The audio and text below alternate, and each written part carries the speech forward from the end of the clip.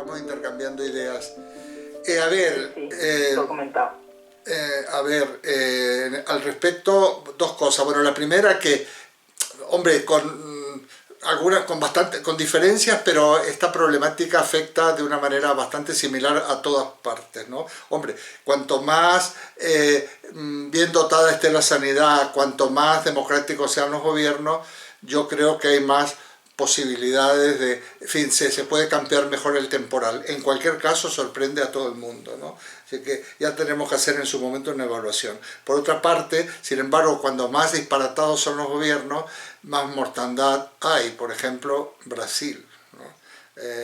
O incluso uno de los lugares más graves, a pesar de que, bueno, la cosa se está controlando en España, es Madrid, porque tenemos un gobierno demencial, ¿no? Gobierno, digamos, regional o de nuestra autonomía. En México son estados, en Argentina son provincias. Bueno, ahí estamos, pero bueno, yo me alegro veros bien. Y por otra parte, a Raúl decirle que, bueno, que no te has perdido nada y te has perdido todo. Quiero decir, que no hemos avanzado en temática, simplemente que ha habido un diálogo muy intenso en las dos últimas reuniones, en donde incluso en algunas no me dejaron hablar a mí, cosa que no está mal. No me dejaron directamente, habían pasado 2 horas y dije, hice así este gesto, se acabó, ahora hablo yo, porque no me dejaban hablar, ¿no? Pero sí, bueno, no me quejo. No me quejo, ahí no me quejo porque está muy bien. Y esto también me ha permitido que este grupo pues tener una orientación diferente del que tengo aquí en España. Bueno.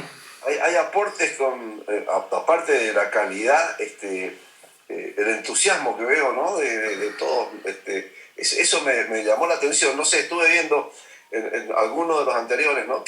Donde no estuve, y me llamó la atención el entusiasmo de cada participante. Cosa que yo también siento, ¿no? Por supuesto. Sí. Realmente me parece fantástico. Me siento muy bien, realmente, me siento muy bien estando acá. Y a alguien que dijo por ahí que los quiero a todos y que los abrazaría, comparto totalmente esa cuestión, ¿no? O sea, tan grata, creo que yo no sé si fue Denise que lo dijo por ahí, y me pareció que entendía perfectamente lo que ella estaba sintiendo. Sí.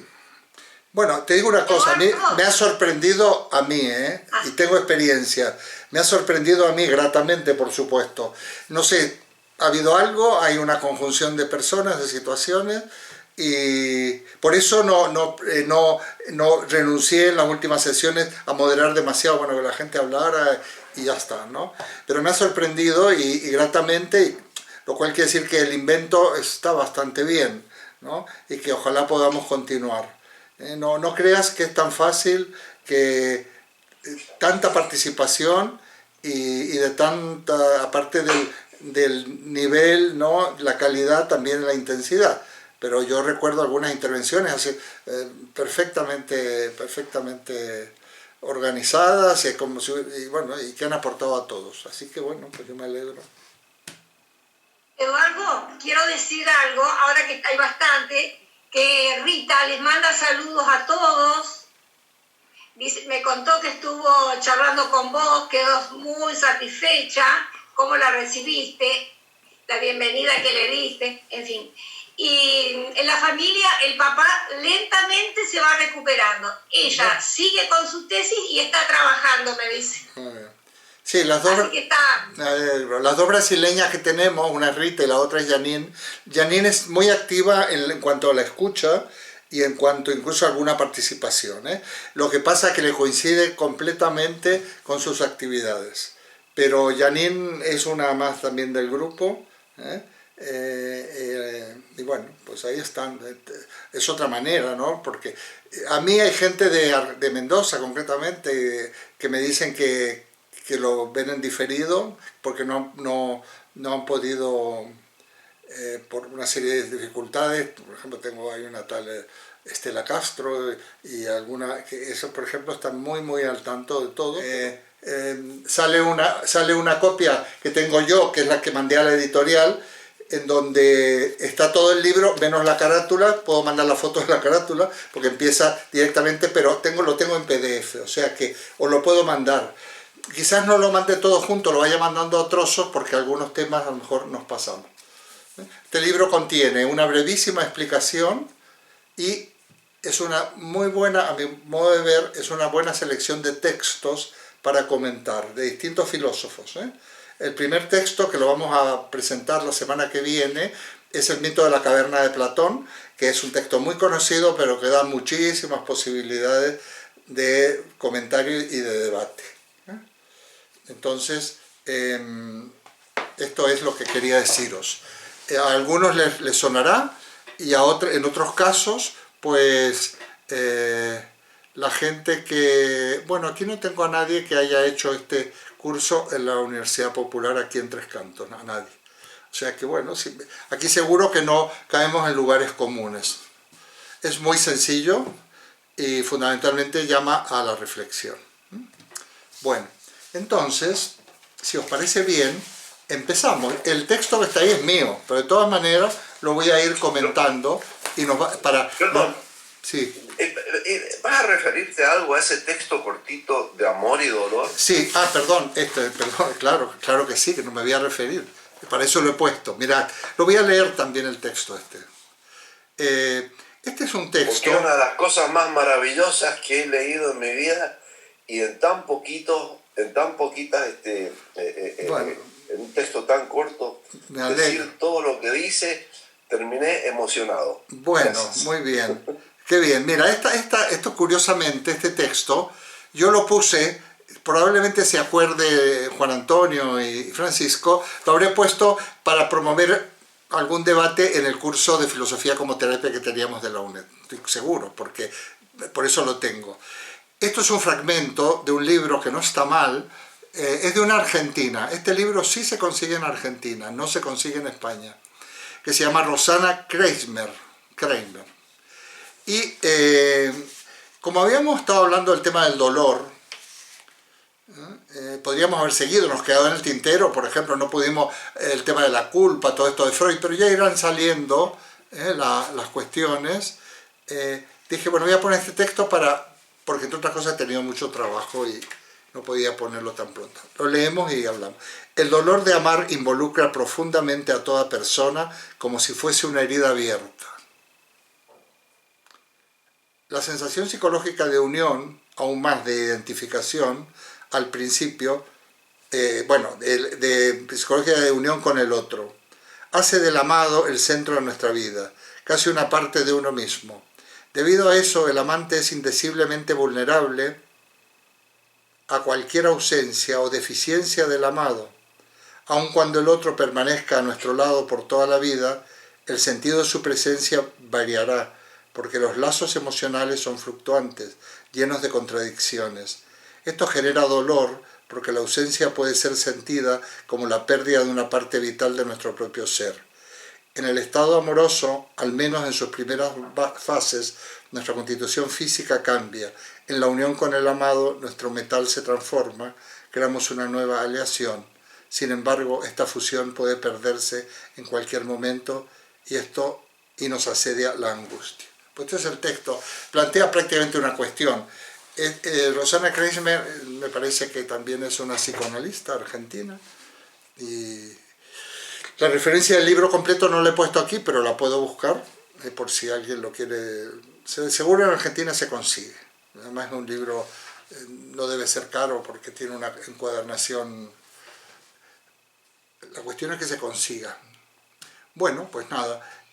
Si queréis, abrimos, pero no nos vamos a pasar más allá de unos 20 minutos. Bueno, yo lo organizo. Así que si queréis podéis comentar lo que sea de esto, los que lo habéis leído.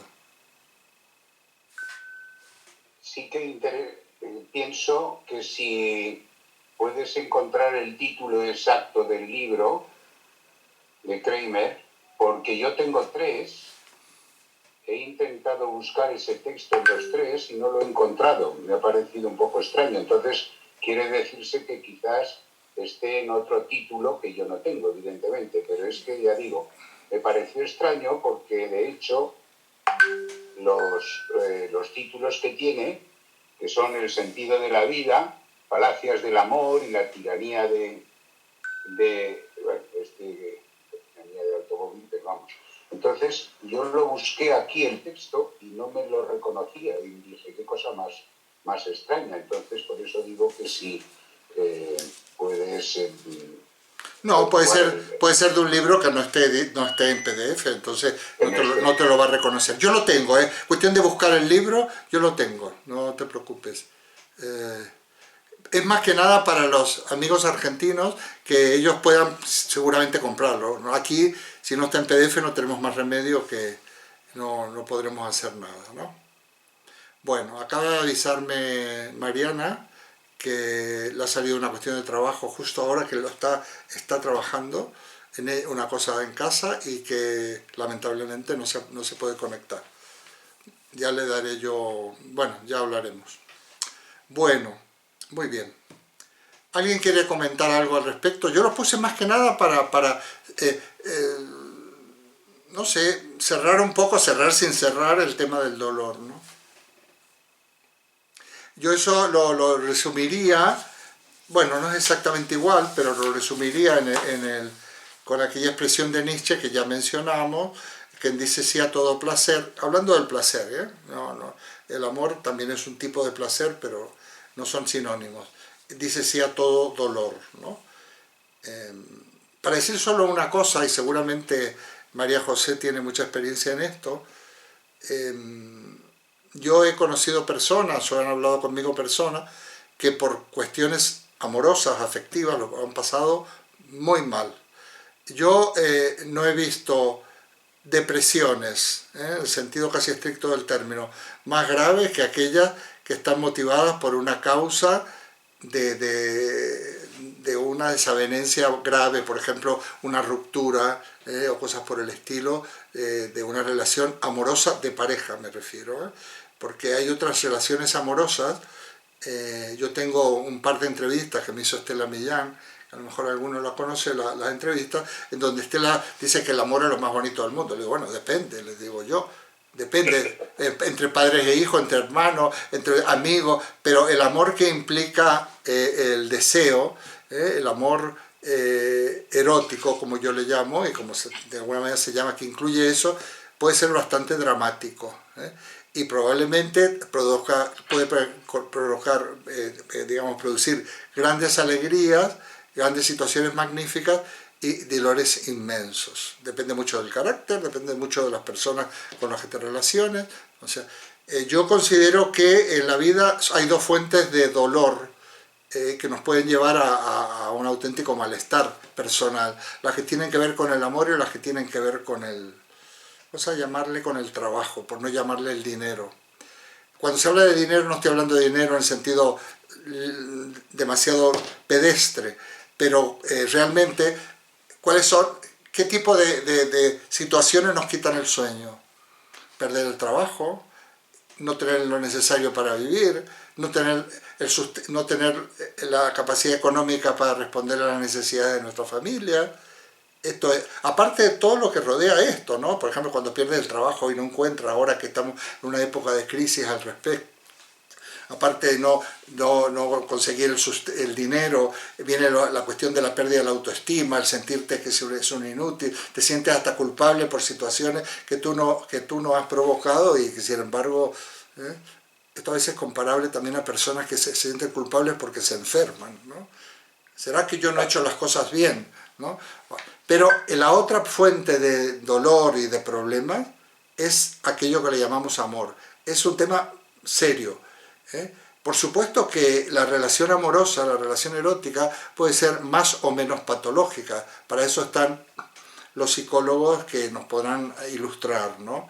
Pero mi experiencia con la gente, porque ya sabéis que dado el trabajo que yo hago, me suele llegar gente, yo tengo que hablar con gente, porque incluso en estos grupos, si alguien quiere tener una parte conmigo, lo tiene, porque si yo levanto unas expectativas o genero algún tipo de interés, luego pues tampoco los puedes dejar en la estacada, ¿no?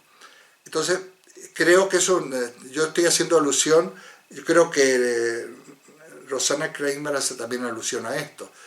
Es frecuente, por ejemplo, el decir cuando la gente, la euforia, ¿no?, del enamoramiento, y si las personas son inseguras y dependientes por naturaleza, la preocupación constante de que cuando esto me va demasiado bien, me da hasta miedo que me vaya tan bien, a ver cuándo se termina, bueno, cosas de este tipo son muy comunes, pero que yo creo que está en la base también de esto que dice Rosanna Kramer, aparte que de otras cuestiones, ¿no? Es muy simple lo que yo he dicho, y alguien quiere hablar al respecto, pues, o los especialistas, aquí tenemos especialistas. Yo quisiera escuchar primero a los especialistas, después va a decir algo él. Ay, María José te ha tocado. María José, ¿dónde estás? Ah, acá, no te veía. Ya. Primero escuchamos a esta que sabe en serio, después hacemos un comentario.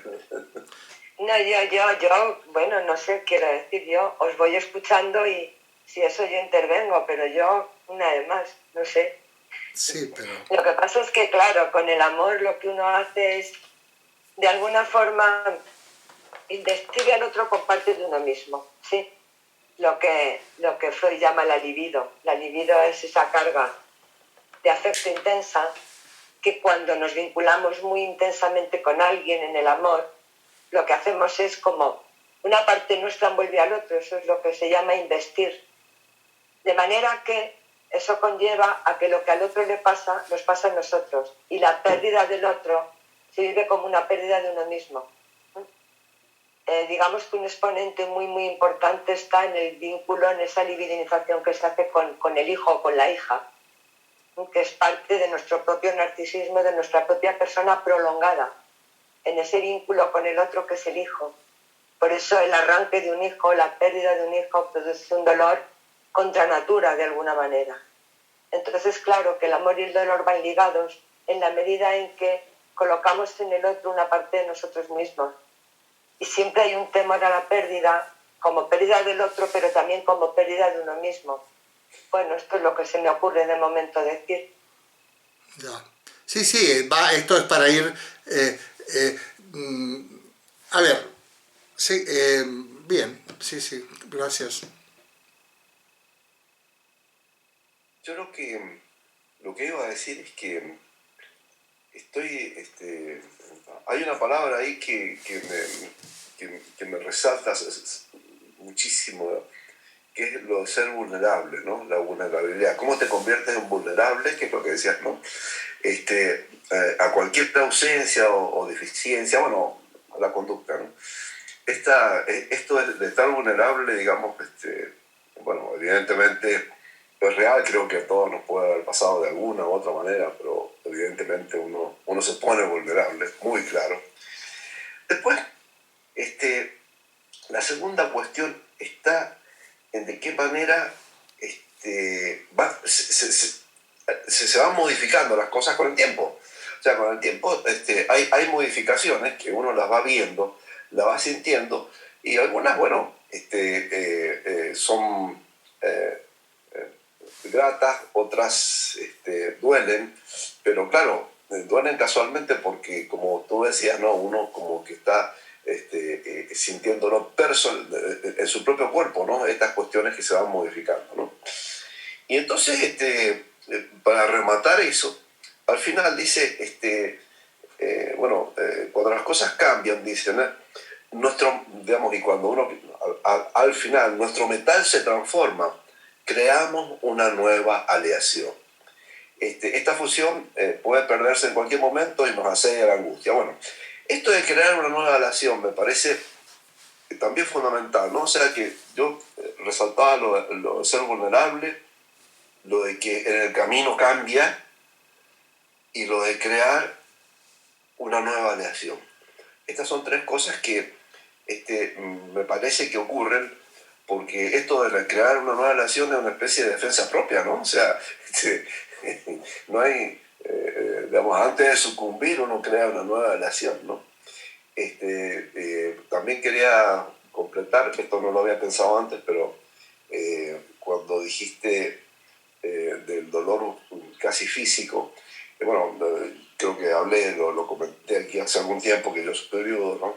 Y cuando perdí a mi esposa, bueno, fui algún tiempo a conversar con una amiga psicóloga y me decía que realmente el dolor que se sentía era físico, o sea, no es que parezca físico, es físico el dolor, porque es como si te hubieran cortado un brazo, me decía, ¿no? O sea, esto me lo explicaba ella, ¿no? De una manera como diciendo que era así de duro, porque yo así lo sentía, ¿no?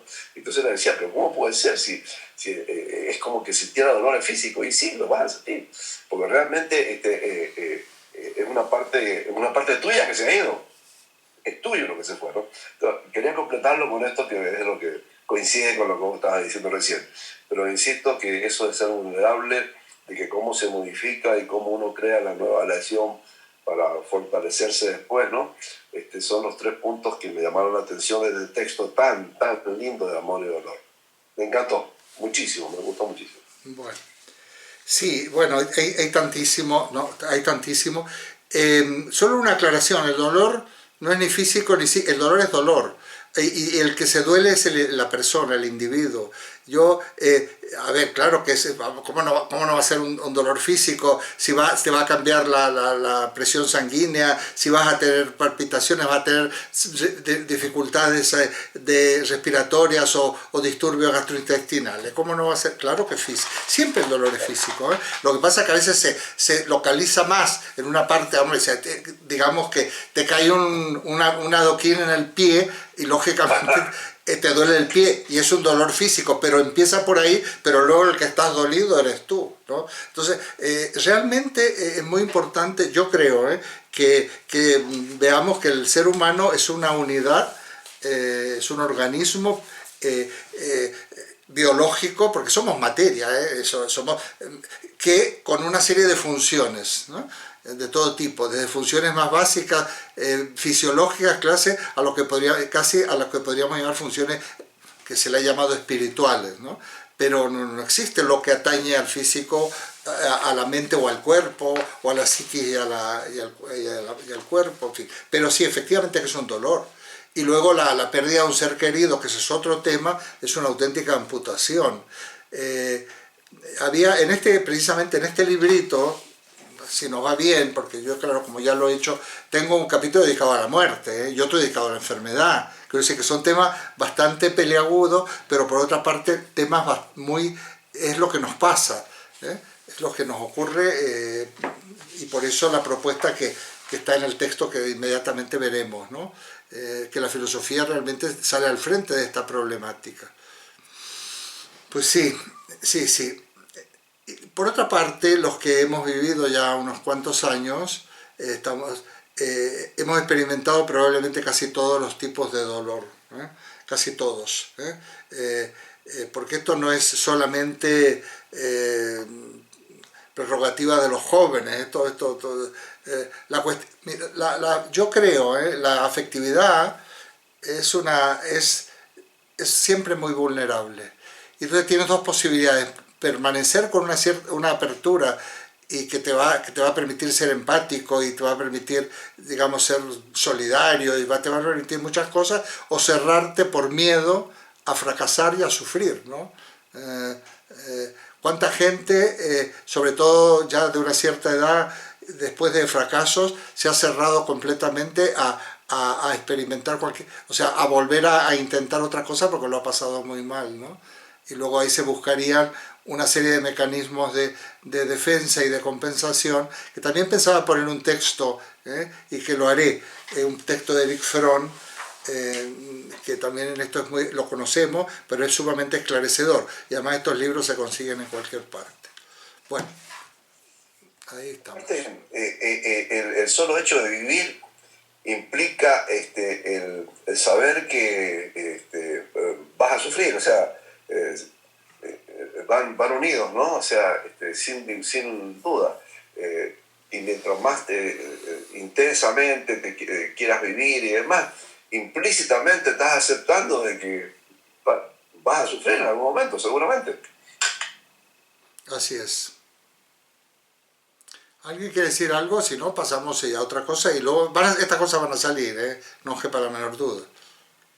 Es uno de los grandes temas si siguiéramos un poco este programa, esta línea, que ya os lo mandaría, para las sesiones, las reuniones que quedan, son temas que van a salir. Sí, maestro, buenos días. Soy Briana. Hola, Karen. Hola, Karen. Solamente quiero compartir,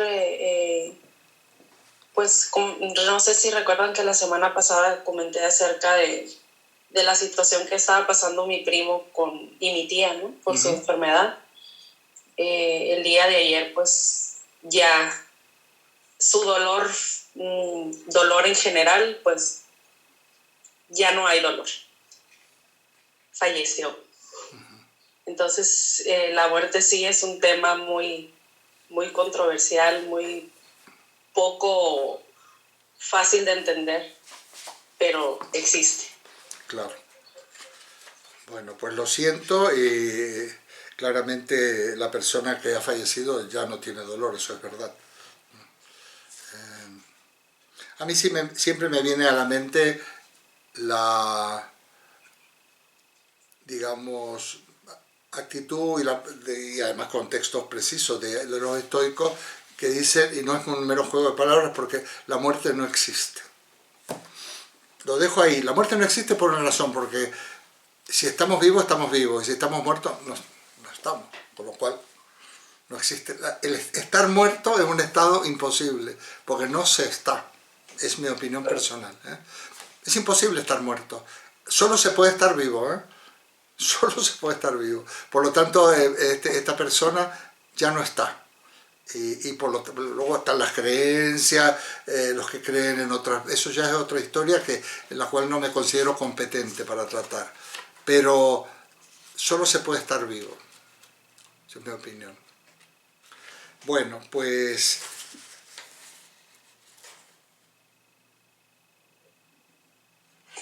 ¿alguien quiere...? Mira, yo lo mandé, el programa, el índice de este libro, porque yo lo muestro porque quiero vuestra aprobación, porque me imagino que no querréis que siga con la lógica formal y que el cálculo lógico que tengo en el otro seminario. Lo otro que pasa es que me había comprometido, no puede cambiar. Pero lo leo, mira, los capítulos son los que mando, identificación... Se llama filosofía como terapia, identificación y adecuado planteamiento de los problemas de la vida, cómo se plantean los problemas. Segundo, la filosofía como servicio a las personas en su problemática cotidiana, filosofía como servicio. Tercero, felicidad y sufrimiento, claro oscuro de la existencia humana. Cuarto, el amor como fuente de placer y dolor. Tengo un capítulo entero con textos de varios filósofos al respecto. El trabajo, punto 5. Camino de realización o de frustración. Muy importante. El hombre se realiza por y mediante el trabajo. Sexto, la salud y la enfermedad. Séptimo, el sentido de la muerte. Vivir con sentido. Octavo, la filosofía se hace cargo de la actual crisis de nuestra sociedad. Noveno, el camino de la búsqueda. Son temas casi para medio año al ritmo que llevamos nosotros o más. Son para 10, por lo menos si son 9 temas, pues esto es 15 semanas, 15 sesiones, es bastante. Bueno, pues entonces eso yo lo dejo a criterio, luego incluso lo diréis si os interesa. Y tenemos todo resuelto, tenemos el material, tenemos todo, no tenemos que... Bueno, pasamos entonces a lo otro.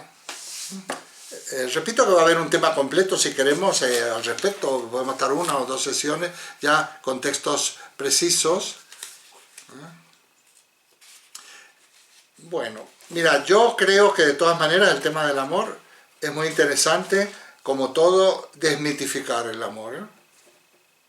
El amor que nos hace sufrir habría que desmitificarlo.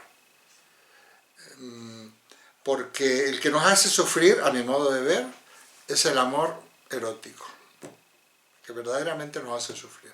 Y además, a veces sufrir sin sentido, por muchos motivos, por muchos condicionantes, incluso hasta por una mala educación y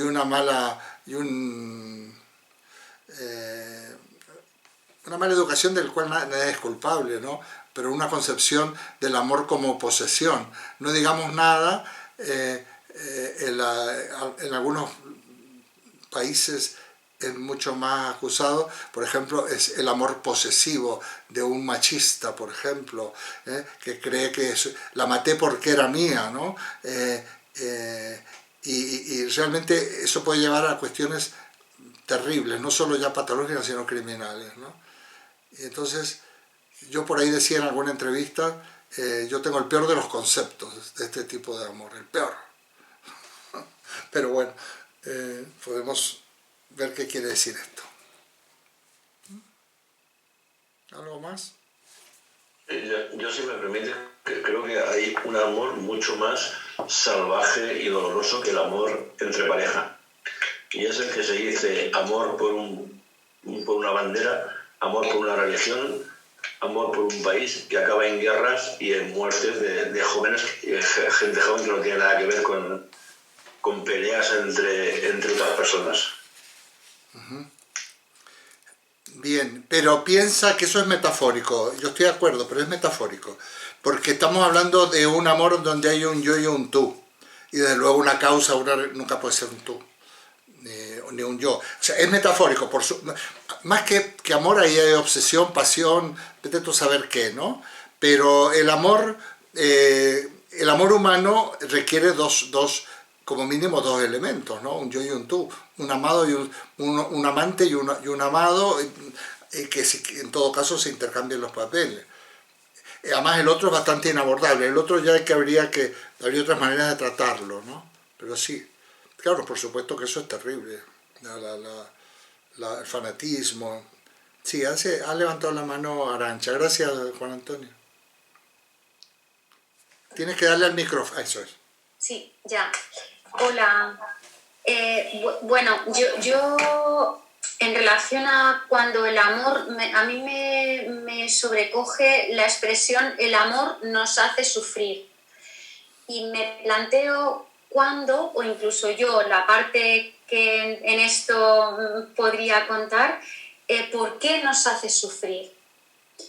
¿Es porque tengo expectativas de la otra persona? ¿Es porque se ha iniciado el desamor y no sabes cómo afrontarlo? ¿Es porque, no sé, o sea, es como una bola de mil cosas que de qué forma definimos cuándo un amor nos hace sufrir? Solo sabes que sufres. Hombre, es claro, si te falta el respeto o hay peleas o hay lo que sea, pues es claro, es evidente. Pero cuando hay esa maraña por dentro en la que, perdón, es que cuando hay esa maraña por dentro en la que, pues eso, en la que uno se cuestiona qué está haciendo mal para que la pareja no vaya bien, por qué estoy sufriendo en esta relación, y ahí entraría la culpa. Bueno, es que no me sé explicar. ¿Has terminado, Arantxa?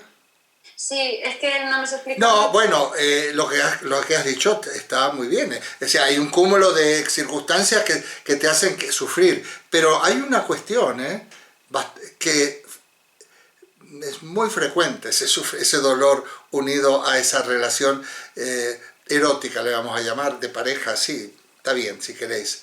Lo que pasa es que es una relación de pareja claramente donde incluye el deseo, ¿no?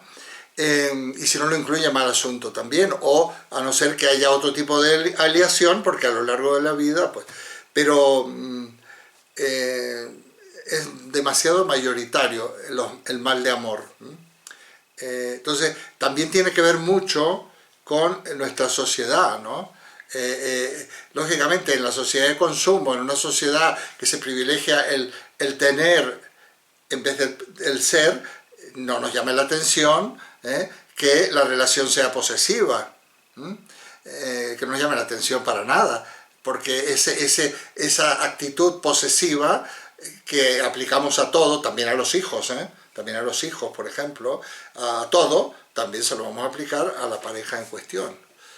En fin, estos son temas que se puede tratar de una manera casi como un consultorio sentimental o se puede profundizar Y creo, y si os gusta, pues tenemos la oportunidad, hay textos, hay cuestiones, siempre vertimos nuestras opiniones que no son digamos, ni la definición ni la palabra exacta, pero entre todos vamos viendo que esto tiene, digamos que pasa. Pero ¿por qué cuando amamos y sufrimos nos sentimos culpables? Eso depende mucho del carácter, nuevamente, Arantxa. Hay personas más proclives a sentirse culpables que otras, pero a veces hay más proclives. Pero eso es un tema de la culpa, habría que abrir un apartado especial para el tema de la culpa. Hay gente que siempre está pidiendo perdón, siempre que le parece que todo... y hay otros que son tan caraduras y cínicos y fríos que piensan que siempre la culpa la tienen los demás. Ojo, hay de todo en este mundo. Pero eso es un temazo también, el tema de la culpa. Porque el tema de la culpa tiene que ver con cuestiones de inseguridad, tiene que ver de falta de autoestima, etcétera, ¿no? Y otra cosa es que cuando sufrimos, si sufrimos en el amor, deja de ser amor, ¿no? Cuando hay algo que ya te hace sufrir, es que ha dejado de ser amor. Igual no lo fue nunca, Arantxa, porque otra cosa. Mira, aquí en España había una película cuyo título siempre me ha llamado, una comedia de hace muchísimos años, décadas. Se llamaba ¿Por qué le llaman amor cuando es solo sexo? ¿No? Y entonces eso me ha quedado casi tan emblemático como la frase de Nietzsche, ¿no? A ver, probablemente amor, hay muchas relaciones que nosotros, aunque dependamos y haya relación de dependencia, ya haya adicción a esa relación y a esa persona, jamás fueron amor. Porque en el amor, en nuestra cultura, en nuestra cultura básica todos sabemos que amor tiene que ver con generosidad, por ejemplo, con empatía, con diálogo y con todo este tipo de cosas. Y cuando eso no hay, es solo pura atracción, pura posesión y pura adicción, pues no es amor. O sea que en principio tendríamos que partir definiendo lo que es el amor para saber que lo que no es amor genera dolor. Entonces es lo que tú has dicho, generosidad, empatía, también es como un sentimiento irracional, ¿no? Sabes que es como cuando quieres a tus padres, pues tú también tienes un sentido del querer hacia otra persona, ¿no? Sí, podríamos en su momento describir situaciones, más que definir, describir situaciones, e incluso hasta hay pequeños ejercicios de decir, bueno, a ver, con amor, con la palabra, con la actitud, con la vivencia, qué otras cosas, qué otros calificativos, qué otros apelativos concuerdan y qué otros no, pero la realidad es muy otra, lamentablemente, y no sé hasta qué punto lo controlamos, que esa es otra cuestión. Pero vamos, estamos casi avanzando en un tema que podemos dar. En toda esa posesividad, sentido del dominio, hay una cuestión que tiene que ver con pulsiones libidinales y que realmente forman parte de la especie, ¿no? Son casi trampas de la biología que nos van a llevar a que haya, procreación y reproducción. Sí, ha levantado la mano María José. María José.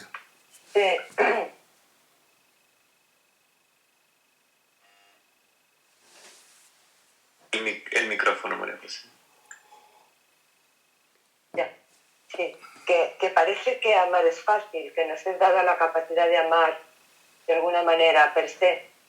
Sin embargo, el amor y la salud de orden psicológico, ¿no?, de estar sano, van de la mano y no todos podemos llegar, o no es tan fácil llegar a la posibilidad de amar, porque implica parte de lo que estamos hablando aquí, y eso no es de un acceso inmediato, o sea, no, yo creo que hay una parte cultural en la que a través de la educación, a través de la literatura, de los cuentos, y ahí hay una diferencia clara en perspectiva de género en tanto en lo que se cuenta a las niñas y lo que se cuenta a los niños.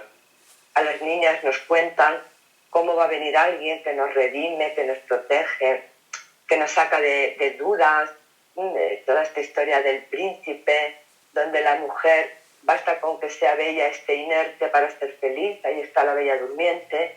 Entonces hay una parte de género en la que se va configurando la idea de amar a través de lo que nos es contado, ¿no? Y lo que se transmite culturalmente. A los chicos os cuento otras cosas.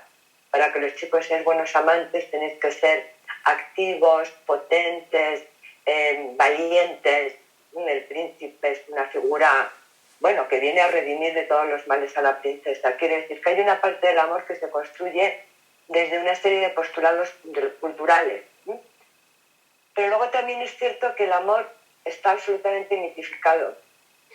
Es verdad que el amor es generosidad, pero es cierto también que no es tan romántico como se nos ha venido contando. En cualquier caso, el amor, al ser siempre una prolongación de nosotros mismos, y esta es la parte menos poética. O sea, cuando amamos, colocamos. Por eso, cuando nos falta el objeto de amor, nos sentimos mutilados, porque al amar colocamos toda esa carga, ¿no? Que yo hablo de la libido porque es un afecto amplio, pero que se coloca en el otro, ¿eh? Nos sentimos cercanos, que el otro es parte mía. Por eso el amor tiene, de alguna forma, ese tinte de posesión, pero no tanto porque yo lo posea, sino porque forma parte de mí mismo. Y en definitiva, el circuito que recorre la libido en el amor retorna a nosotros mismos. Es decir, yo hago feliz al otro y cuido al otro, porque cuidándole al otro, que es parte de mí, me cuido a mí misma. Esa es la parte menos romántica del amor. No sé si yo me explico un poco. Muy bien. Sí, no hay al 100% un amor altruista, generoso. Esto tristemente no acaba funcionando así. Entonces también esta parte tiene que ver, ¿no? Hablando del amor, con esta otra visión, menos brillante, ¿no? Menos romántica, menos de película, pero que yo creo que funciona un poco desde ahí. Otro tema es cómo se va imbricando la culpa en el amor, que eso además tiene mucho que ver también con la educación que nos dan, ¿no? También con cómo nos vamos configurando desde el principio, y también con los aspectos más privados de cada uno, más de cada uno. Bueno, aportar un poco esto ya, creo que... Sí, muchísimas gracias. Bueno, este tema, si os parece, a no ser que quiere decir algo, le vamos a dedicar, porque ahí hay unos textos y un capítulo. Yo estaba recordando, si me permite el amigo Juan Antonio, y también Francisco, nosotros tuvimos una reunión del grupo, lo que le llamamos la comunidad filosófica. El logo del grupito quiere decir eso, comunidad filosófica. Hicimos una reunión en invierno en un local que se llamaba Soto Verde, no sé si os acordáis, y precisamente hablamos de este tema. Entonces, había básicamente una postura más romántica, más altruista, mucho más de un amor generoso, más bonito. Y yo me acuerdo que, sin ponernos, perdóname la redundancia, de acuerdo, Juan Antonio fue como más crítico, y yo me apunté rápidamente a la postura de Juan Antonio. Dije, bueno, mira, menos mal, tengo aquí a alguien porque yo a veces lo rebajo simplemente a reclamo de la especie, a adicción. Siempre por eso cuando hay una ruptura hay uno que deja y otro que es dejado, siempre. No es que los dos se pongan de acuerdo para terminar una relación civilizadamente. Puede ser civilizado, puede ser, pero siempre hay uno que deja y otro que es dejado. Y además normalmente el dejado o la dejada se queda sin lo que le gustaba. Era adicto a lo que le gustaba. Y de repente de la noche a la mañana, ¿qué pasa? ¿Y ahora qué hago? Claro, la persona que deja ya se lo ha planteado. No necesariamente te deja por otra persona, pero ya lo tiene claro. Y el dejado o dejada lo va a pasar mal una temporada. Ese tipo de amor es el con el que cuando me hace una entrevista Estela Millán también dice, nuevamente preguntarme de esto. Yo hace mucho no trato este tema, estoy más sosegado en cuanto a mi postura crítica casi militante. Pero ya lo podemos ver en la desmitificación. Por eso, ¿por qué le llaman amor si es solo sexo? al fin y al cabo. Porque lo único que... mira, no hay peor cosa que el enganche sexual y que te quiten eso que tú necesitas periódicamente porque te quedas... hay un síndrome de abstinencia. Ese es el dolor de ciertas rupturas amorosas. Yo creo que lo podemos dejar aquí, a no ser que alguien quiera agregar algo, porque lo vamos a tratar. ¿Alguien quiere decir algo? Bueno, entonces pasamos a lo otro, ¿verdad? Bueno, yo pienso que voy a ser breve también, bueno, breve. Vamos bien. Mirad, ese texto que habéis recibido bueno, básicamente estos escritos introductorios míos tienen el objetivo, tienen el ánimo de ser súper claros, súper claros. Esto no es una cosa difícil de interpretar, no tiene una redacción críptica, porque yo considero que la filosofía, el planteamiento inicial de este curso, es que la filosofía que debemos difundir debe ser entendida, ¿no?, por el ciudadano normal. Entonces, el ciudadano normal, si para entender lo que yo digo, esto lo escribo por ahí, hay que haber estudiado filosofía previamente, pues no tiene sentido. O sea, que solo vamos a hablar entre gente que estudió filosofía. Entonces no nos podemos... Entonces la filosofía es algo extraño, algo que permanece aislado y que no sirve para nada. Creo que es prescindible incluso.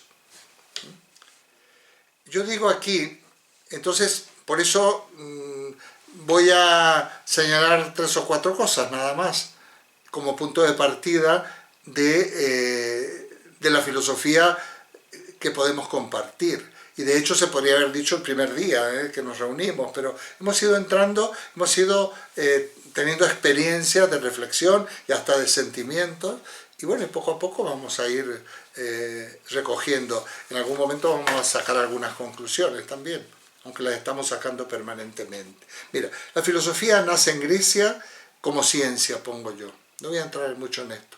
Cuando surge la filosofía, surge como episteme, que quiere decir ciencia, y es cuando en un determinado momento de madurez en la evolución histórica, digamos, los pensadores o las determinadas personas se cuestionan, se hacen una pregunta fundamental, que es lo que está por lo menos registrado en los textos, que es la pregunta por la naturaleza. ¿Qué es todo esto? Naturaleza se dice physis, y bueno, y se hace la pregunta por la naturaleza. Se les llamó físicos. Una vez que esto, digamos, está más o menos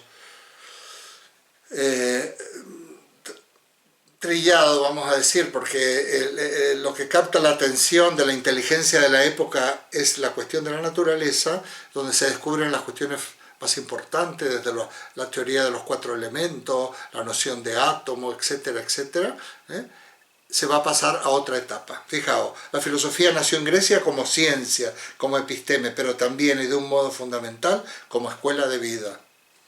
La filosofía en sus comienzos era una forma de vida, no una disciplina académica, y desde el origen fue un tipo de indagación acerca de los problemas del hombre, pero no sobre cualquier problema.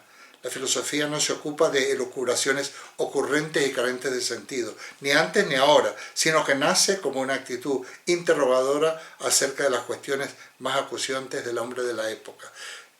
La primera etapa fue la pregunta por la naturaleza. Estamos hablando sobre todo en lo que, de lo que es los pueblos griegos, que se los conoce con el nombre los pueblos que hablaban una lengua común o parecida, vamos, con dialectos, la koiné, la lengua común, que no eran un país, como comprenderéis. Grecia no es país desde hace muy poco, ¿no? Fue colonia, luego fue dominada por los turcos, luego por los ingleses, o sea, pero las reflexiones acerca de la naturaleza ocurre concretamente en Mileto, que está en la costa de Asia Menor, ¿no?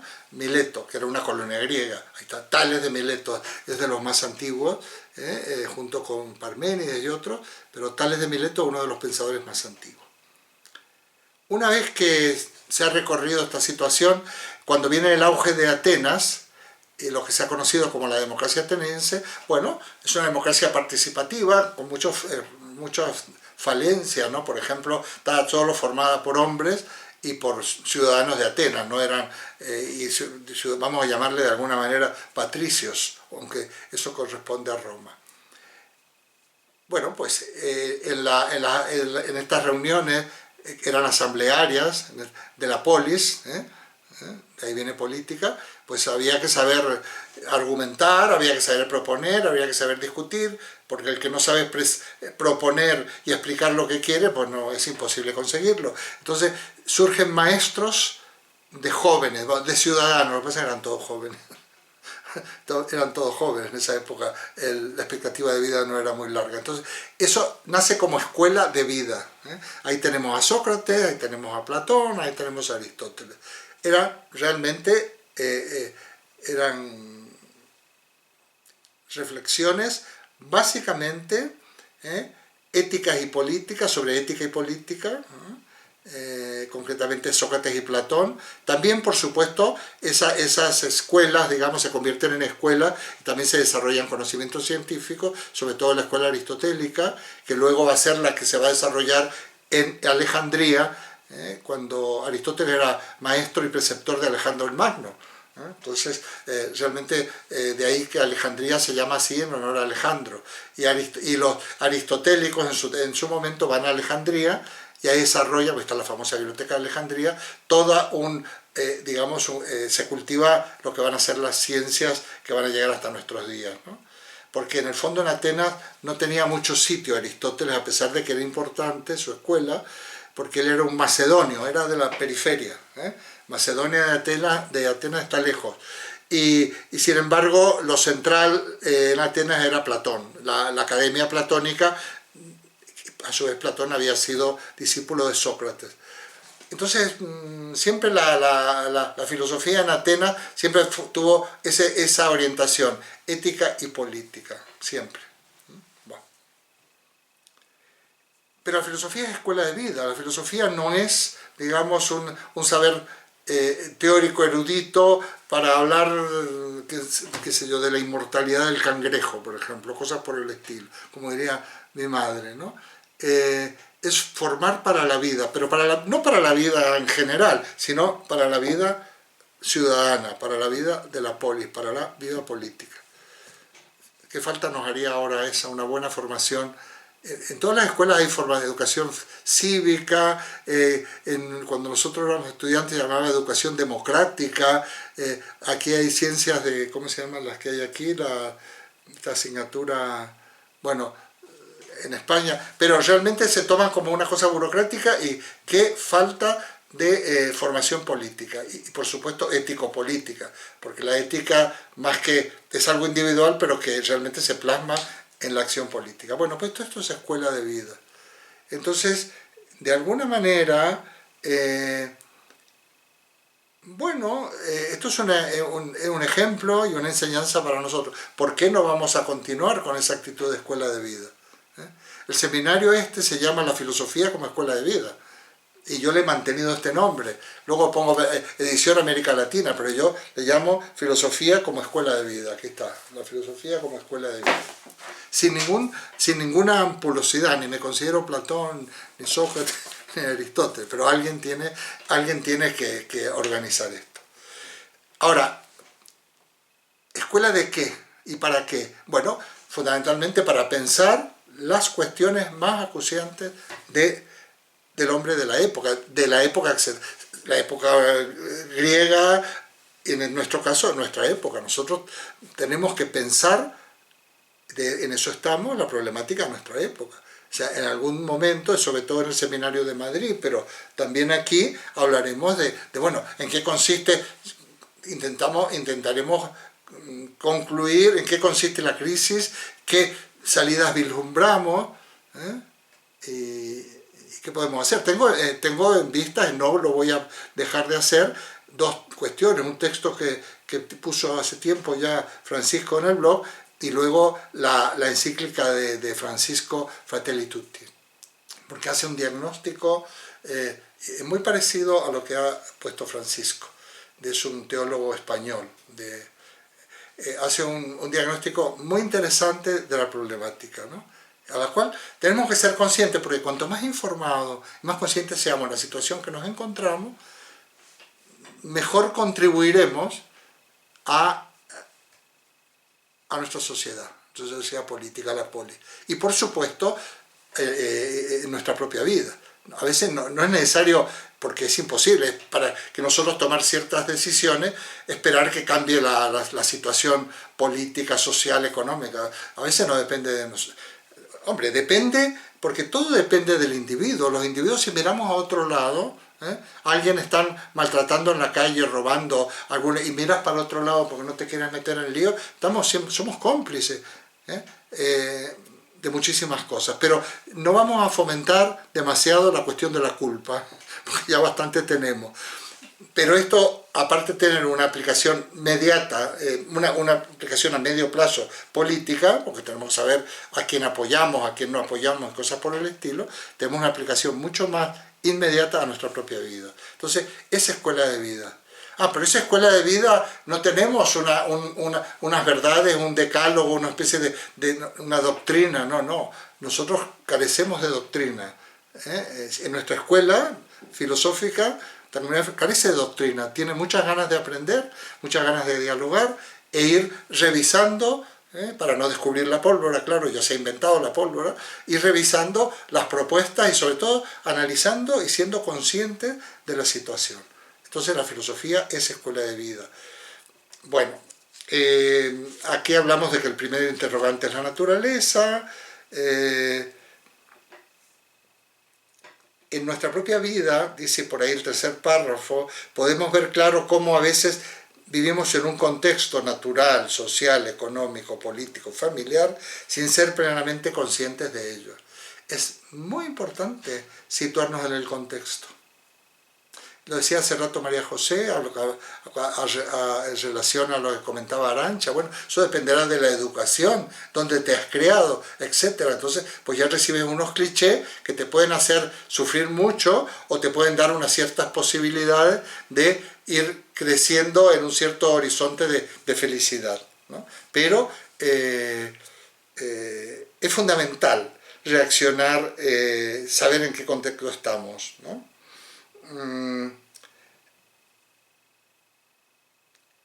Una de las principales tareas, pongo yo aquí, esto lo escribí ya hace muchos años, desde el punto de vista de la práctica filosófica, es la de identificar las coordenadas de nuestra propia vida personal. Esto es, nuestra originalidad incardinada en un contexto concreto. Los problemas siempre surgen y se resuelven en el ámbito de un determinado horizonte de comprensión. O sea, los problemas son en un determinado contexto.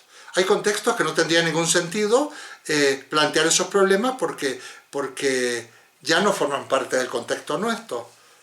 Vosotros habéis visto películas del oeste, de las películas de los cowboys, del Far West y de todo esto. ¿Qué pasaba si alguien robaba un caballo? Lo ahorcaban. Hoy en día ahorcaríamos a una persona, más está decir que yo creo que no hay que ahorcar a nadie, no lo ahorcaríamos porque roba un caballo, porque eso ya no es un problema. En todo caso, bueno, no sería más grave que robar una moto o cosas por el estilo, pero en aquella época robar un caballo era dejar a una persona probablemente, que si lo robaba en el desierto, condenado a muerte. Los caballos eran carísimos, además cosas por el estilo. Entonces, los problemas tienen que ver con la época en la cual vivimos. Y cuando en ese contexto los problemas desaparecen, ya también no tenemos por qué ocuparnos de ellos, ¿no? Ayer yo veía un programa de televisión hablando fue el aniversario de la promulgación de la Segunda República aquí, y por lo tanto la abolición de la monarquía en 1931, 14 de abril, y ayer se festejaba esta efeméride, que luego ya sabéis que hubo un golpe de Estado a los pocos años de un militar que se llamaba Franco, y que España sufrió una dictadura de 40 años y luego se reinstauró la monarquía, que democráticamente se la había abolido en el 1931. Y el locutor que presentaba esta historia decía, dice que ¿qué le debemos? Que todo lo que se le debía a la República, ¿no? Y entonces le debíamos cosas que hoy en día, por ejemplo el divorcio, por ejemplo el voto de la mujer, por poner un ejemplo. ¿Sabéis que las mujeres no votaban? Y hubo una polémica enorme, incluso en sectores de mujeres progresistas, para que las mujeres no votaban, porque decían, no, es que estaba mejor que no voten, porque va a votar lo que dice el marido, porque las mujeres no están capacitadas todavía para votar. Por otro lado, había otras que ganaron parlamentarias, de las poquísimas que había, el voto femenino. Bueno, hoy en día estamos tan acostumbrados a que las mujeres voten, e incluso estamos tan acostumbrados a la cuestión del divorcio, que no se ha destruido la sociedad, no ha sido un drama, no ha pasado nada, a nadie obligan a divorciarse, te divorcias si quieres, y que no nos hemos dado cuenta que eso fueron conquistas. Y en un contexto se luchó muchísimo para conseguir esto, y hoy en día a esa conquista nos hemos acostumbrado. Como cuando hablábamos los otros días, la sensación de bienestar, de equilibrio, no nos damos cuenta. Lo que se percibe es el dolor, la falta de equilibrio y demás. Bueno, entonces es importante el contexto. Hay problemas, hay situaciones que ya no son problemas. Yo cuando tratamos el tema de Dios, y eso levanta ampollas, pero yo, independientemente de las creencias y de todo el respeto que tengo por la cuestión religiosa, hoy en día Dios no es un problema. Nadie pierde el sueño por si existe o no existe Dios, a no ser que esté un poco rayado, porque perder el sueño, tú pierdes el sueño porque vas a perder el trabajo, o porque lo has perdido, o porque te falta el dinero, o porque te han dejado ha habido una ruptura amorosa, o por cosas mucho más graves como puede ser la muerte de un ser querido y demás, pero nadie pierde el sueño si existe o no existe Dios. ¿Qué quiero decir con esto? ¿Que es menos importante? No, quiero decir que no es un problema de nuestra época, nada más. O sea, que los problemas de nuestra época son una filosofía, nosotros como filósofos, aprendices todos, incluido yo de filosofía, debemos en el diálogo ir identificando esos problemas, porque cuanto más sepamos cuáles son los problemas, más podemos encontrar, y sobre todo identificarlos. Porque cuando tú dices, me siento mal, no sé qué me pasa, hoy no tengo ganas de nada, no sé qué. ¿Cómo va a ser? Eso no tiene solución.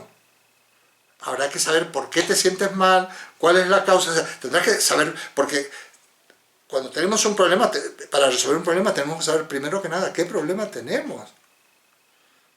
Según mi sencillo, humilde conocimiento, uno va a un terapeuta, el terapeuta no te va a decir qué problema tiene, ni va a resolver el problema por ti. El problema va a posibilitar, va a ser un elemento en donde te espejas y te refleja que tú tomes conciencia del problema que tienes. Y la solución, como dicen los aragoneses, lo dicen mucho, tú mismo. O sea, tú mismo buscas para encontrar. La solución no te la puedo, tú verás. Ya eres consciente de lo que te pasa. No, sino porque yo en realidad fumo porque no sé qué, o gano peso porque yo como demasiado, porque... Bueno, ya lo sabes, bueno, pues a ver cómo lo vas a resolver. En la época clásica,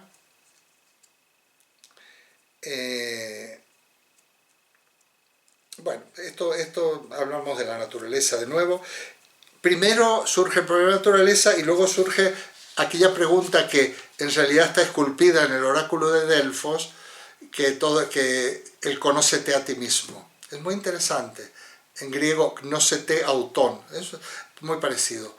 Conócete a ti mismo. Primer interrogante, históricamente hablando, ¿qué es la naturaleza? ¿Qué es la física? O sea, situarnos en nuestro entorno. Segundo interrogante, ¿quién soy yo? Pero no en el sentido abstracto, ¿eh? ¿Quién soy? ¿De dónde vengo? ¿A dónde voy? No. La pregunta por mí, por el sentido de mi vida. Pero para que esa pregunta ocurra, primero tengo que haberme situado en mi contexto, en mi entorno. Yo siempre he encontrado aquí un símil con la psicología evolutiva. El individuo, el bebé, luego el pequeño, primero se aprende a manejarse en el entorno suyo. Y una vez que logra un cierto grado de manejo de ese entorno, habrá otras funciones cognitivas que se irán desarrollando. Piaget, por ejemplo, ¿no? Al principio, la palabra mamá para un bebé es su mamá. Y luego pasar a que todas las personas tienen madre y todos tienen mamá, significa un paso en la evolución de la inteligencia, ¿no? Y bueno, entonces de ese mismo modo, la pregunta por uno mismo, la pregunta por el sentido. Hay varias etapas en la psicología evolutiva que es muy bonita, yo hace mucho que no la toco, pero le llamaban en mis épocas la edad de los por qué. ¿Por qué? Oye, papá, ¿por qué? ¿Y por qué? Es una manera de indagar, ¿no? Esa edad de los por qué, de cuestionarse. Bueno, la inteligencia infantil es increíble, ¿eh? Hay como una madurez o una adultez de la infancia, por allá a partir de los 10 años, 9, 10, 11 años, que un hijo puede sorprender con preguntas de todo tipo, ¿eh? Hasta preguntas, digamos, metafísicas, en cierto modo, ¿no? Entonces, bueno, la pregunta por la muerte, por ejemplo, hay niños que ya la hacen a una determinada, en este momento no estoy registrado, pero antes de que sean púberes o adolescentes, ¿eh? Bueno, pero eso pasa cuando realmente uno de alguna manera se desenvuelve en su entorno. Entonces hay interrogantes que tienen que ver con el entorno e interrogantes que tienen que ver con con nosotros mismos. Pero como digo aquí, esta cuestión no es una elucubración abstracta y meramente teórica. Es un interrogante vital en cuya solución nos jugamos nuestra propia vida como personas. Apuntamos a la cuestión de la felicidad. La felicidad, yo no tengo una concepción ñoña o romántica de la felicidad, ¿eh? La felicidad, por un lado, son, digamos, momentos de felicidad. Hay personas que tienen que ver con el carácter más optimista que irvanan su vida en términos de momentos de felicidad y otra cosa que solo se acuerdan de las desgracias. Aquí hay todo un tema que para Freud es muy importante, que ¿cómo es el sentido del placer? Pero yo agrego en alguno de mis libros que la felicidad no es algo individual, no se puede ser feliz en un mundo de gente infeliz. ¿De qué me sirve a mí ser feliz? ¿Qué quiere decir feliz si la gente alrededor mío sufre penuria, miseria, hambre, de todo tipo de cosas? Eso no es felicidad, eso sería cualquier otra cosa. La felicidad individual demanda y se irradia a la felicidad de los demás. Mi felicidad debe contribuir a la felicidad de los otros, no es para que yo me la guarde. Bueno, pues ahí hay toda una serie de temas, ¿no? Por eso que esto no es teoría, pero tampoco es ocurrencias, ¿eh? Esto es filosofía de la vida, tal como se practicaba. Vamos a leer algunos textos de los griegos y veréis que estas cosas ya están presentes.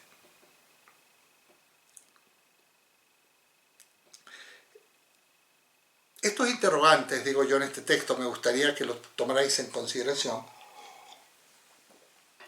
Hay unos interrogantes fundamentales en la vida, fundamentales, que del buen planteamiento y de las salidas que encontremos a estas preguntas, se nos juega la felicidad, se nos juega la vida.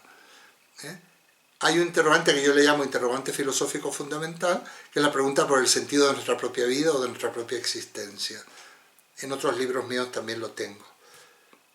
Pero esas interrogantes, ¿cuándo surgen? No voy a plantear muchas cosas, ¿eh?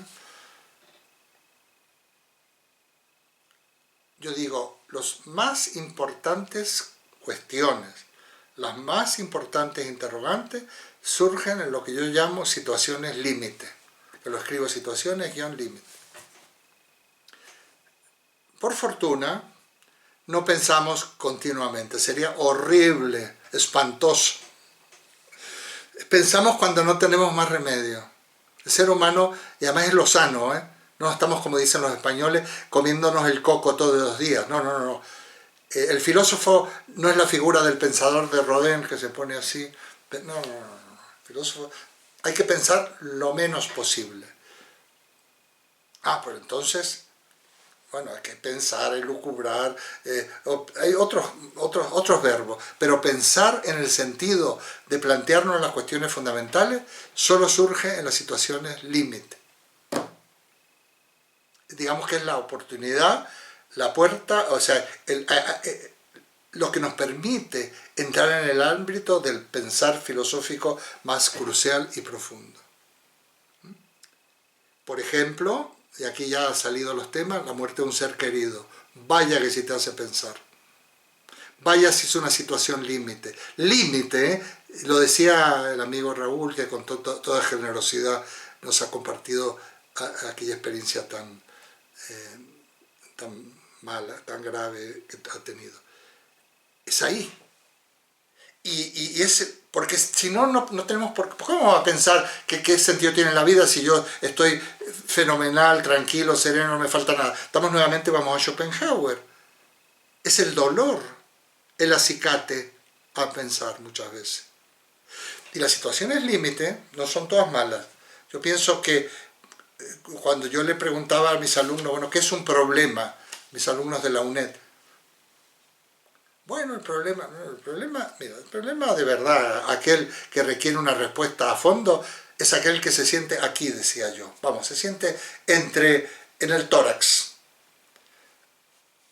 Aparato cardiorrespiratorio, aparato digestivo, con el estómago, tengo un nudo en el estómago, no me pasa la comida, me cuesta respirar, no, respira, cálmate, te dicen. El intestino, el colon, los espasmos. Estamos preocupados cuando tenemos algo y tenemos un examen o cosas por el estilo. Hay gente que vomita, hay gente que tiene ganas de ir al baño. O sea, se siente aquí. Si no has sentido aquí, no tienes ningún problema. También se siente en la cabeza, me duele la cabeza, no puedo dormir. Pero esto que hablábamos hace un rato con Raúl, tiene una localización. A ti tú no pierdes el sueño, pues a ti no te pasa nada. No, es que estoy pensando. Una vez me dice uno, si hay vida en otro planeta, digo, mira, déjate de tonterías, O sea, no me digas que eso es un problema para ti, que si hay vida en otro planeta, con todos los problemas que tienes al lado, ¿no? O cuál es si hay la verdad absoluta o relativa, qué bobadas. En su momento se podrán analizar cosas, pero qué bobada. Es que no tienes problemas tú y en tu entorno. Bueno, eso es precisamente las cuestiones que también se pueden tratar filosóficamente y que no pretendo ni pretendemos quitarle el terreno a los psicólogos, porque cuando yo hablaba de terapia, que yo tuve que desmarcarme un poco porque pensaban que yo era un gurú que le iba a dar soluciones, digamos, mágicas, me tuve que desmarcar. Y por eso digo en mi blog, si lo veis, yo no creo que la filosofía sea una alternativa a otras terapias de todo tipo que hay. No, la filosofía de por sí es terapéutica, porque pensar, que sería filosofar, ¿no?, es ya terapéutico.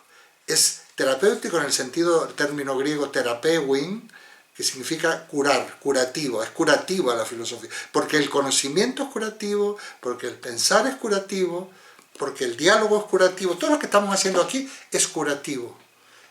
Es, digamos, y ¿sabéis una cosa? No creáis que yo aprendo ni un milímetro menos que vosotros, al contrario, aprendo muchísimo. ¿Por qué? Porque una cosa es tener el rol de que llevas más o menos y coordinas estos, convocas y tal, y otra cosa es pensar que uno está enseñando algo. Yo digo por ahí que si yo enseño, no enseño en el sentido de adoctrinar, yo enseño en el sentido socrático, de mostrar y digo, oye, chicos, mirad para... ¿Qué veis? ¿Veis cómo yo, esa estantería, por ejemplo, pues la veis, pues ya está, yo señalo, llamo la atención. Oye, pero habéis mirado bien, ¿qué tengo aquí? ¿Qué será esto? ¿Qué será esto, por cierto? Eso es una caja donde la foto es de Schubert. Me lo regalaron mis alumnos de 3 cantos y son un montón de CD, un año de los primeros, y entonces lo tengo ahí, y lo he mirado otros días y con mucho cariño. Luego, ahora pues ya utilizamos otras tecnologías, pero bueno, ese es Schubert, por ejemplo. Lo digo porque viene a cuento. Bueno, pues por eso yo digo por aquí que desde mediados del siglo XIX la filosofía en una buena medida se convirtió en filosofía académica. Aquí se arma el lío. parecía que la filosofía era solo aquella que se cultivaba en los claustros, era para iniciados, porque había que haberse matriculado en una carrera, había que haber aprobado unos estudios anteriores, y cuanto más incomprensible, abstruso y complicado en un razonamiento, parecía que era más importante. Mira, hay tesis doctorales ilegibles, no se pueden leer, pero además inútiles. ¿Para qué se pasa toda la vida estudiando sobre la influencia que ejerció la prima de Heidegger en la temporada que Heidegger vive en la selva negra de Alemania? ¿Para qué sirve esto? Bueno, hay tesis doctorales de este tipo, en cosas increíbles, y además, para colmo, a veces subvencionada por los estados, ¿no? Con dinero público. No. Por un lado, la filosofía, que a veces... Yo no estoy en contra de la filosofía académica. Estoy en contra de una filosofía académica que no sirve para nada, que es más burocracia, que es más, juntar puntos para un ascenso, para ganar una oposición, cosas por el estilo. La filosofía debe salir a la calle, decíamos, porque el ciudadano normal, si tú cuentas las cosas, señalas en la dirección como maestro, pues se puede llegar más lejos de lo que uno se imagina. A veces cuesta más, que ahora estoy con un tema, yo en la otra, que cuesta más, porque son temas de lógica, pero por algo lo estamos dando. Entonces, precisamente esa situación de que solo es filosofía, la filosofía académica es lo que se conoce como academicismo. Yo no estoy en contra de la academia, o sea, de la universidad, estoy en contra del academicismo, o mejor dicho, más que en contra, creo que es bastante inútil y a veces negativo. Y por ahí concluía yo este párrafo diciendo lo siguiente: de ahí que el filósofo, si verdaderamente quiere ser tal, debe abandonar los claustros y salir a la calle. Ahora estamos en la calle, pero bueno, no estamos en el claustro, estamos salir a la calle, al encuentro de los demás. La misión del filósofo, al menos de algunos, pongo yo entre paréntesis, es la de ser maestro, en el sentido más humilde del término. Uno que señala. La Universidad Popular de Tres Cantos, yo lo dije los otros días en otro foro, precisamente una de las claves es que es filosofía y ciencia y una serie de actividades, conferencias y cuestiones de distintos órdenes que ha salido a la calle, más que a la calle, que abrir un espacio para que el ciudadano, en este caso de Tres Cantos, pueda participar de toda esta oferta cultural y filosófica, científica, intelectual. Es muy interesante. Para lo cual, para que todo esto ocurra, debemos hablar el lenguaje de la gente. O sea, no son necesarios tecnicismos para abordar y referirnos a los problemas reales que esperan solución. Si yo utilizo ese tecnicismo, lo primero que habrá que hacer es dedicarse a definir esos tecnicismos. ¿Os acordáis cuando decíamos ética, ¿cómo es? Moral? Bien, sí, eso puede ser un tema de debate. Pero si lo planteamos como tecnicismo, no es lo importante, no es el término, sino lo que el término designe. Es verdad que en un trabajo cooperativo tenemos que ponernos de acuerdo en lo que vamos a entender. ¿Quieres que entendamos por moral tal cosa? ¿Quieres que entendamos por ética tal? Y ya está, nos ponemos de acuerdo. Pero a nadie le vamos a dar la patente de que tiene razón. Lo importante es que tratemos los problemas éticos y morales de nuestra situación, de nuestra época. Otra cosa importante, que el filósofo no inventa las cuestiones. El filósofo no inventa problemas. Del mismo modo, sino que éstas están ahí. O mejor dicho, a los interrogantes los encontramos nosotros, porque están. De ahí la importancia de poder mirar en nuestro interior, siempre teniendo en cuenta que los problemas no lo son en sí mismos, sino en un determinado entramado de circunstancias. Lo que decía Arantxa. Fijaos, esto de que los filósofos no inventan los problemas, del mismo modo que los filósofos no inventan teorías filosóficas ni nada. ya no hay filósofos, dicen. O sea, ya no hay un individuo como Kant que te hace, o Hegel, o Descartes, o Aristóteles, que tienen una obra enorme, dividida en distintos apartados, como si fuera una gran arquitectura, como si hubieran inventado. No han inventado nada. Lo que ha hecho Kant ha sido hacerse cargo de la problemática de la época en diversos aspectos. Kant va desde la física, pasando por la metafísica, para erradicarla, a la ética, a la política y hasta el arte. Y va aplicando unas determinadas herramientas que en cada época no son siempre las mismas, te permiten construir unas explicaciones. Pero no es que vaya de abajo para arriba. Los filósofos que les toca, como yo digo, ser portavoces de una época, les toca, ¿eh? No siempre, habrá habido muchos individuos tan capaces e inteligentes como Kant, pero le tocó a Kant. Es una cuestión casi de suerte, fíjate. Y en aquella época, y de favor de los poderes, ¿eh? Todas las obras que escribieron estos filósofos en la modernidad se las dedicaban a algún príncipe, ¿eh? Que eran los mecenas, los que pagaban, ¿eh?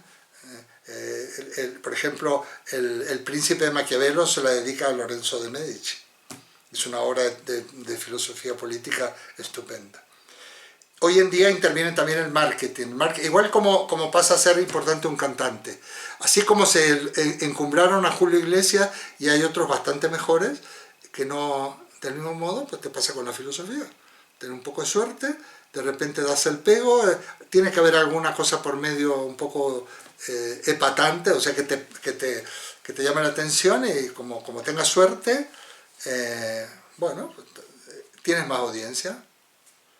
A veces de manera involuntaria. Por ejemplo, José Antonio Marina, que lo mencionamos el otro día, un filósofo español, pensador español, era un profesor muy inteligente, yo lo conocí hace muchos años, muy estudioso, un profesor de escuela secundaria, de filosofía, y un buen día escribe un libro, se presenta a un premio de ensayo y lo gana, Elogio y refutación del ingenio, un premiazo, un premio enorme, no solo de dinero, sino de difusión. Actualmente no ha parado de escribir. José Antonio Marina dejó ya tiene sus años el señor, dejó ya pues porque pues no podía con tanta cuestión, da charlas, escribe, es cuestión de tener suerte, pero eso le pasa a un cantante, le pasa, y no todo el mundo, no todos los buenos actores, ¿no?, se hacen famosos, pero eso es otra historia. El filósofo siempre será portavoz de su época. La filosofía practicada de esta forma, digo aquí en el final de este texto, es también y por sí misma terapéutica, curativa, en el más profundo sentido de la palabra. Y como todos los seres humanos somos naturalmente filósofos, subrayemos esto y lo explico, lo único que necesitamos en nuestro camino hacia la felicidad es ejercer como tales. Aunque tengamos que empezar nuestro camino con la mediación de un maestro y sobre todo con la lectura de las enseñanzas de vida que están presentes en los textos filosóficos. A veces es necesario un maestro, ¿eh? Por ejemplo, no ha venido esta persona que invité, que se llama Mariana, pero me decía, ¿por dónde empiezo yo a leer filosofía? Pues menudo lío. Yo casi le dije, mejor asiste a esto y poco a poco vas a entrar en un territorio donde te vas a ir dando cuenta. Es difícil responder, que alguien te diga, ¿por dónde empiezo? ¿Qué te digo yo? Que te digo que leas el Platón, te digo que leas el discurso del método de Descartes. Es complicado, ¿eh? Porque en el fondo, por ejemplo, Kant, ¿cómo a alguien le puedes mandar a palo seco a leer a Kant? Ahora, si se lo explicas, el maestro tiene esa función, señala, oye, mira aquí, oye, vente para acá, así como cuando te llevan a ver un cuadro. Oye, ¿has visto esta perspectiva de este personaje que está ahí? Te va haciendo ver, te va enseñando a ver, ¿no? Te va enseñando, pero no en el sentido ampuloso, sino en el sentido físico, material del tema. Señala, ¿no? Fijaos que el concepto de verdad, una de las palabras con la que se dice verdad en griego es orzotes o ortotes, quiere decir corrección de la mirada. Como cuando tú dices, no, espera, es como cuando tú coges una cámara reflex y enfocas las clásicas, ahora eso es todo automático, pero las reflexes de antes tú tenías que manejar los objetivos y hasta que lo veías perfecto. Eso es precisamente Esa es la mirada del ojo. Pero nosotros cuando miramos estamos corrigiéndola, estamos enfocando. Y además es muy interesante porque depende de nuestros intereses y lo que estemos buscando es lo que enfocamos. Estas son la famosa doctrina de la Gestalt, figura-fondo. Si yo lo que quiero, voy a una tienda, lo que quiero es comprarme una camisa, voy a ver las camisas y todo lo demás me queda de fondo. Y si lo que yo quiero es ver si hay alguna dependiente guapa, las camisas me dan igual. Yo voy a ver cuál es la más guapa de las dependientes para la salida, invitarla a tomar un café. Claro. Realmente la inteligencia tiene mucho de enfoque. Bueno, nosotros, muchas veces el maestro, cuando lo que es la formación filosófica, la misión que tiene, la función es de decir, oye, mira, ¿por qué no vienes aquí? De aquí vas a ver mejor. Ah, sí, es verdad. Pero ¿dónde estaba aquello? Mira, ¿ves aquel árbol y aquel montaña, esa casa que está ahí? Diríamos con Raúl, a 2 saltos de pulgar. Raúl, ¿te acuerdas? Esto es una medida interesante. Ah, sí, sí, es verdad. Tú tienes un horizonte y quieres un objeto, se llama saltos de pulgar. Cierras un ojo, abres el otro, el pulgar salta. Pues a 3 saltos de pulgar está la casa que deseamos. Esto lo aprendimos de muy chicos y es muy útil. Bueno,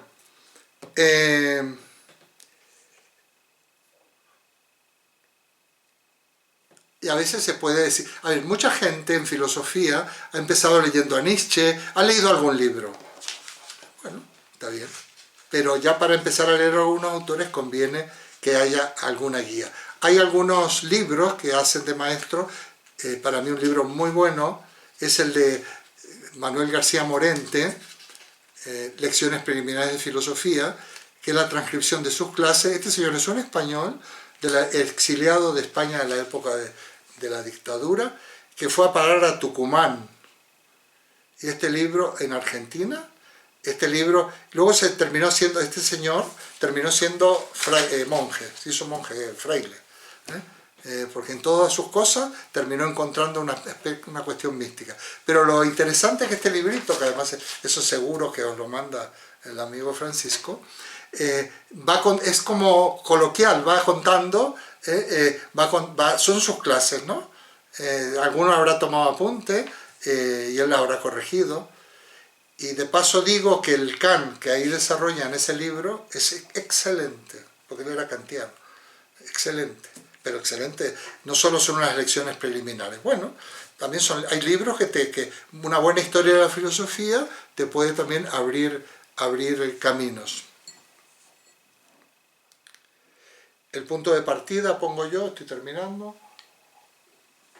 es el diálogo entre las personas y con los textos, en un encuentro con el pensamiento de la humanidad desarrollado durante siglos. Para aprender filosofía, pero aprender filosofía que te sea útil, que realmente te sirva para la vida, tenemos tanto dicho y tan genial que es una pena no... Está todo dicho ya, solo hay que descubrirlo y contextualizarlo y aplicarlo, pero está todo dicho. Y no vamos a inventar la pólvora de nuevo, está todo dicho. Solo leemos las quejas que tiene Platón sobre la política, que han pasado 2500 años, y desde luego no hemos aprendido nada, absolutamente nada. En el diálogo se encuentra la verdad, porque este fundamentalmente consenso. La verdad es consenso. En el diálogo con nuestros conciudadanos, en el diálogo con los filósofos de todas las épocas, el diálogo con los textos de los filósofos. Y termino esto, que etimológicamente diálogos quiere decir ir hacia. Dia quiere decir hacia. Dia es ir hacia. Hay varias preposiciones de dirección en la lengua griega. Una es ir dia, otra es pros, etc. Yo siempre pongo, ¿hacia dónde? Hacia el logos. ¿Qué es el logo? Bueno, muchas cosas, entre ellas la verdad. Ese diálogo es lo que nos permitirá llegar a las cuestiones cruciales que atañen a nuestra vida. El dia siempre es unir, pero atravesando situaciones u obstáculos. No es unir así por inercia, que sería pros. Y yo pongo el ejemplo que es probablemente un cronista de fútbol griego, cuando diga que va el delantero centro llevando la pelota para meter el gol, no dirá va pros, dirá tía, porque va regateando, evitando que le den una patada, en fin, va ya. Bueno, pues este temita lo titulamos Identificación y adecuado planteamiento de los problemas de la vida. La tarea sería, o el objetivo, identificar los problemas, plantearlos correctamente para poder ensayar soluciones.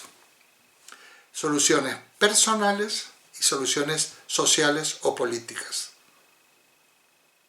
Nuestra actuación modifica la sociedad, modifica la historia, aunque sea anónima. Si yo maltrato a la persona que tengo a mi lado, estoy ahí denigrando a la humanidad en esa persona. Tenemos que ser conscientes de eso. Por lo tanto, y desde el punto de vista de una ética kantiana, que ya hemos hablado, ese es el sentido del deber. Las cosas hay que hacerlas, no porque te van a castigar si tú no las haces, no porque te van a dar un premio si las haces, éticas materiales, éticas de premios y castigos, sino porque es tu deber. ¿Por qué? Porque tú, con tu acción, estás siendo un elemento pero minúsculo, pero al mismo tiempo de gran repercusión de la construcción de la sociedad que nosotros queremos. No somos perfectos, pero tenemos que ser conscientes de que nuestro accionar está generando situaciones, posibilidades y demás, a los demás. Entonces, como con esos padres que quieren educar a sus hijos con sermones y resulta que no son un ejemplo. No son un ejemplo. Entonces, hay una conducta, nuestra conducta tiene un papel pedagógico. Hay un tema muy bonito que a mí me gusta mucho, que si tratamos el tema que yo le llamo la pedagogía del amor. Más que definir el amor, hay que actuarlo, y es pedagógico. Yo estoy haciendo propuestas con mi manera de actuar. Es muy difícil, porque, como sabéis muy bien, yo soy el primero que lo sé, yo tengo muchísimas falencias y defectos, pero la clave no es no tener defectos, que los tenemos, sino no ser autocomplaciente con los propios defectos. Decir, no, yo soy así, a mí esto no me venga, no, tú no eres así, tú puedes ser mejor. Y esto que está molestando, esto que te hace sufrir, esto que te hace sufrir a los demás, puedes cambiarlo.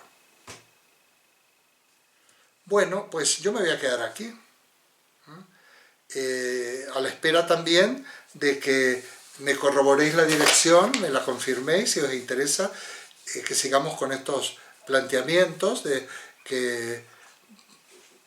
para que en cada reunión tratemos una cuestión. Aparte que, llegado el caso, yo pienso, y ojalá que dure, mirad, el de 3 cantos empezó, ya llevamos el 6º año, el de 3 cantos, el que era presencial. Y tengo un cogollo, digamos que son los mismos, y hay otros que se van apuntando.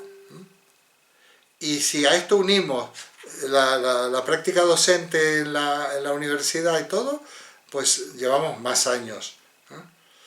Entonces, esto tiene vocación de permanencia también. Yo siempre digo, si tenéis ganas y me acompañáis, porque yo ya soy un poco mayor, por no decir, un poco mayor en España quiere decir muy mayor, es un eufemismo, por muy mayor, pues necesito compañía, necesito estímulo, necesito sobre todo respuesta.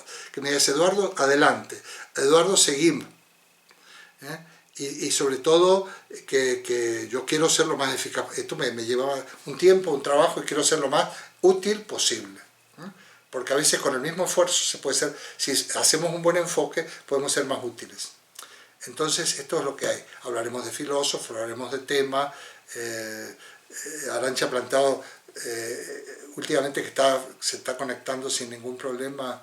Además, hacía tiempo... Bueno, Arantxa no habíamos tenido la oportunidad tampoco, porque ella no vive aquí en Tres Cantos. Ella vive en una ciudad que estamos como a 200 kilómetros.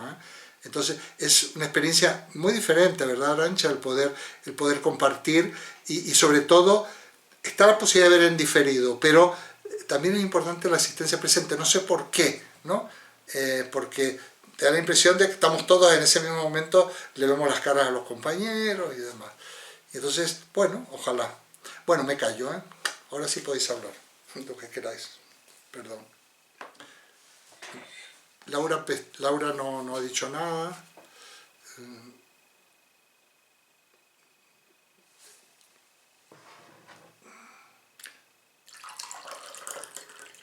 ¿Tomo tanta agua? ¿Tengo que tomar tanta agua?